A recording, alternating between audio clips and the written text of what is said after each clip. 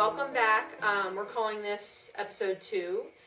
After we did our first video, I realized I needed to back up a little bit. I have a lot of people take my classes that have never needle felted at all. They don't even know how it works or what we use.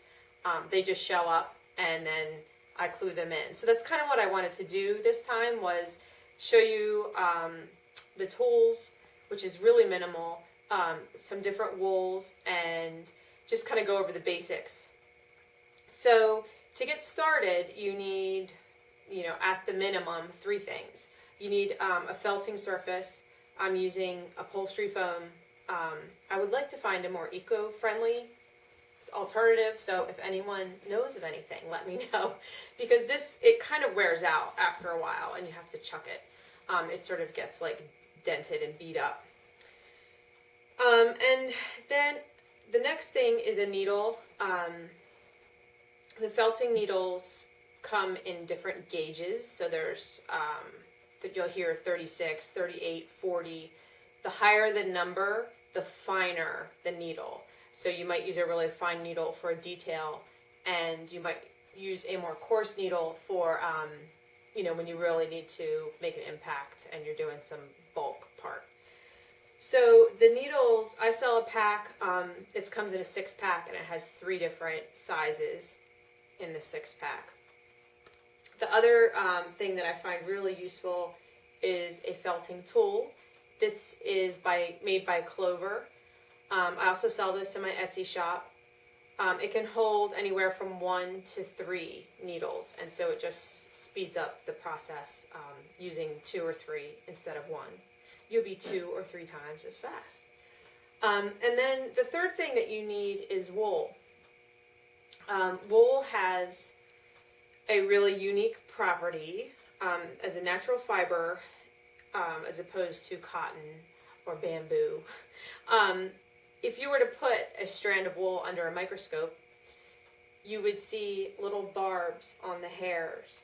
And so what felting is like if you've ever washed a wool sweater by accident, or maybe even on purpose, it goes through the washing machine, the water opens up the barbs, the agitation kind of stirs it all together, and then if you put it in the dryer, the barbs close, and now it's all tight and shrunken, and you can't get it back apart. So we're doing the same thing, except instead of water and agitation, we're using the barbed needles. So I'll just show you real quick how if you stab, can you see that? Mm-hmm. How if you stab the wool, it dents. It makes an impact. And then that section is felted. I won't be able to pull it back apart, but that's just to show you the process.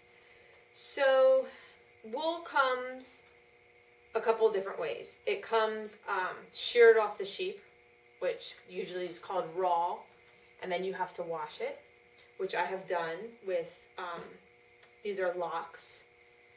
So this was Lincoln fleece. Lincoln is the breed of sheep.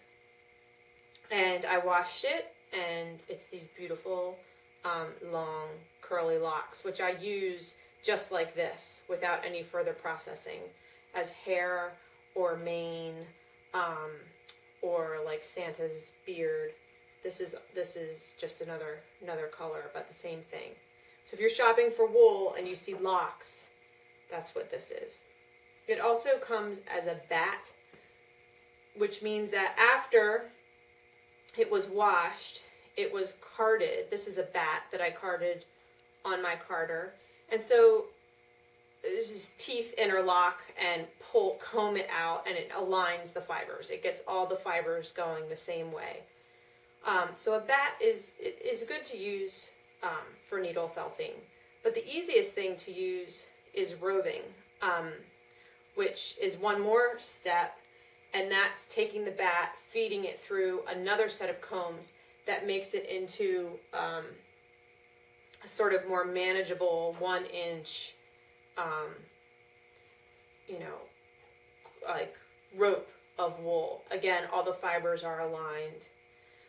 I sell roving in my Etsy shop. This is like a medium gray. This is called core roving. It's a really good value, inexpensive, perfect for needle felting. It practically felts itself. It's a little thicker roving than this one, but you can just break it in half if you need less. So that brings me to a couple of just little tips about handling wool and handling your needle felting as you're working to keep your fingers safe. The roving is, you're going to use it in pieces. You know, you're going to need a piece of it. So to break a piece, you're going to hold it a little bit far apart and pull it off like this. If you need to pull it tightly, like let's say you're wrapping something and you need to get some tightness to it, you want to hold it close because then you can really pull on it. You're pulling the same fibers against themselves. And often I split it in half lengthwise to just make it thinner. Thinner, smaller is better. You can always add more wool. It just makes it more manageable not to have this big bulky piece that you're trying to work with.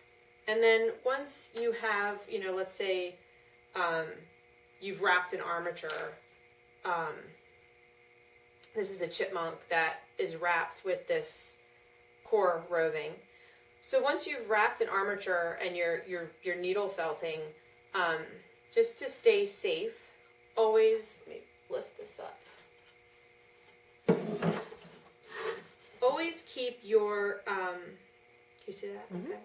Always keep your piece on your foam. Now your foam's probably going to be flat on the table, but put it against the foam and then use your needle and stab towards, straight in and out towards the foam, no matter which part you're working on. If I need to work on the inside of this arm, that's what I'm going to put on the foam and stab into the foam. Don't hold it in your hand and stab, because the needles, they go straight through and they're super sharp. You might only do that once.